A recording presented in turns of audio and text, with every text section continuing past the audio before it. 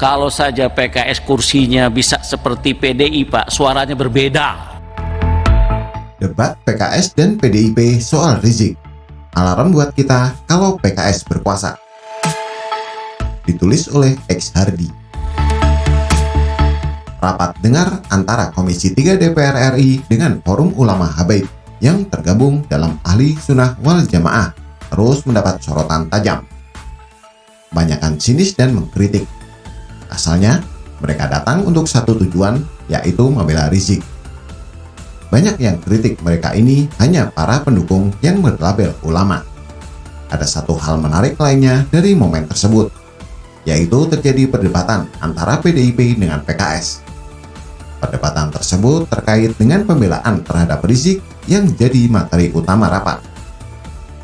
Perdebatan terjadi antara Wakil Komisi 3 DPR fraksi PKS Abu Bakar Al-Habsyi dan anggota Komisi 3 DPR fraksi PDIP Arteri Dahlan dan Johan Budi. Awalnya Abu Bakar menyinggung PKS mengerti akan persoalan Rizik.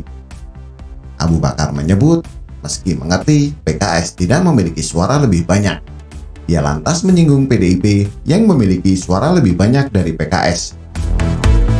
Kalau saja PKS kursinya bisa seperti PDI, Pak, suaranya berbeda. Saya sampaikan saja. Tapi suara kami 50, Pak. Bisa ngomong apa gitu. Ya, Pak Johan Budi ya. Kalau saja PKS kursinya bisa seperti DKI, Pak. Suaranya berbeda. Saya sampaikan saja. Tapi suara kami 50, Pak. Kita bisa ngomong apa? Ya, Pak Johan Budi ya, kata Abu Bakar. Arteria Dahlan lalu mempertanyakan, apa maksud Abu Bakar menyinggung PDIP?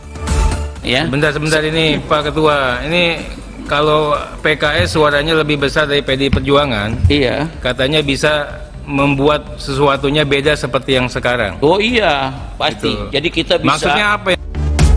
Sebentar. Ini Pak Ketua, kalau PKS suaranya lebih besar dari PDIP katanya bisa buat sesuatunya beda seperti yang sekarang. Maksudnya apa ini? Kata Arteria. Oh iya pasti, jadi kita bisa, balas Abu Bakar. Sampai di sini saja. Rasanya kalian sudah bisa menebak dan kesal dengan PKS kan? Abu Bakar kemudian menyampaikan harapan agar tuntutan Ahli Sunnah wal Jamaah ditindaklanjuti. Dia berharap apa yang disampaikan Arteria soal dukungan ke Habib Rizik juga terjadi. Jadi politik ini, Pak. Jangan kaget kalau seperti ini. Semua berkepentingan. Tapi Pak, tuntutan yang Bapak-Bapak sampaikan insya Allah kita akan follow up baik. Seperti bahasa Arteria yang begitu indah kita dengar. Semoga menjadi langkah-langkah yang kita lakukan seperti yang dikatakan ke depannya, katanya. Usai rapat, Johan Budi menegaskan bahwa itu adalah perdebatan bercanda. Tidak bisa disebut sebagai cekcok dengan PKS. Intinya gini saja, PKS ini bahaya kalau sampai berkuasa. Lihat saja perkataan wakil dari PKS tadi. Dia bilang kalau PKS punya suara yang banyak, mereka bisa lakukan sesuatu yang beda. Maksudnya apa? Apakah yang dimaksud itu adalah ngotot mendesak Rizik dibebaskan? Atau berbuat seenak jidatnya melangkahi hukum, mentang-mentang punya suara besar? Atau bakal intervensi pengadilan? Mau bikin kacau tatanan negara? Pantas saja partai satu ini tidak berkuasa. Niat anehnya terbongkar dengan jelas. Makanya, yang bisa PKS lakukan saat ini adalah aji mumpung.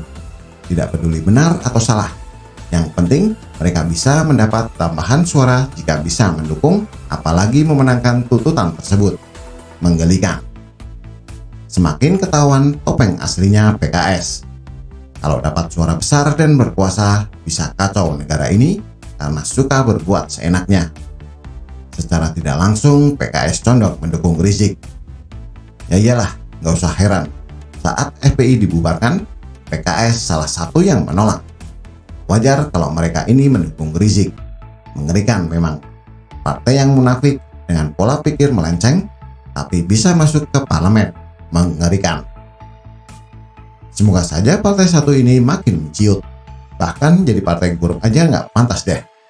Partai apaan ini yang sering bikin statement tendensius demi mencari sensasi dan dukungan murahan? Ulama dari NU banyak, dari ormas lain juga banyak, yang menyejukkan juga banyak. Tapi situ bila-bilain Rizik yang mulutnya kasar dan suka sumpai orang dengan doa mengerikan. Waras nggak sih? Halo PKS, ngaca dulu deh. Sadar nggak kenapa selama ini selalu jadi partai kecil? Ya karena ini, sok tampil beda dengan menggunakan agama sebagai tameng. Membela yang tidak pantas dibela, yang pantas dibela malah diam saja. Kalau PKS merasa suaranya kalah dengan PDIP dan tidak bisa berbuat banyak, harusnya ngaca di rumah dan introspeksi. Ini fakta bahwa jalur basi yang dipilih PKS tidak sepaham dengan mayoritas rakyat di negeri ini. Sekaligus jadi bukti kalau sudah banyak rakyat yang cerdas yang tidak sudi diberi janji surga oleh PKS. Sampai di sini paham? Say no to PKS. Jadi kalau kita ngambil, Saya kira Habib bisa ngomong apa saja Pak Habib. Iya. Ngomong saja nggak apa-apa. kita bisa ngambil keputusan yang lebih gagah dalam menunjukkan suaranya. Bagaimana menurut Anda? Silahkan tulis komentar di bawah.